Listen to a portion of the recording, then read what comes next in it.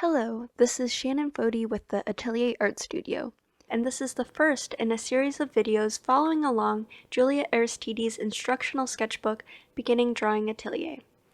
At our studio, we often recommend this workbook for artists who are just starting out and wanting to improve their drawing skills, but is also equally helpful for those more experienced wanting to enhance or brush up on their drawing abilities. With the global pandemic happening right now, a lot of us find ourselves stuck at home, and it can be really difficult. However, this can also be a time to try new things or to try things that you've been really meaning to but never had the chance to. At the Atelier, we thought that this workbook would be the perfect resource for those creatives out there and those with creative curiosities. Although we are practicing social distancing, you don't have to go through this workbook alone. Feel free to share it with a friend or family member who might enjoy it, and have fun working through these exercises together. We hope you enjoyed this series and that it keeps you company as we self-isolate. Stay safe, and let's get started. Draw along with me as we go through Juliette Aristides' instructional sketchbook, Beginning Drawing Atelier. Today we will be starting the first section, a chapter on line. The goals for this chapter will be to develop confidence and proficiency in line, as well as an understanding of how lines can be used as a compositional element. Some materials you will need throughout this exercise are a pencil or mechanical pencil, a pencil sharpener, a white vinyl eraser or equivalent, and lastly, a kneaded eraser. So no, that last little gray ball is not a piece of gum. On pages 18 and 19, we are given an exercise in line weight. Follow along as we complete this handwriting exercise. I actually had a hard time with this exercise as I have doctor's handwriting, so this actually took a lot of mental fortitude on my end. Some things to keep in mind throughout this exercise is to use a soft, dull pencil. I'm using a 6B graphite pencil. It is also helpful to press firmly on the downstroke and lightly on the upstroke. Let's see how we do.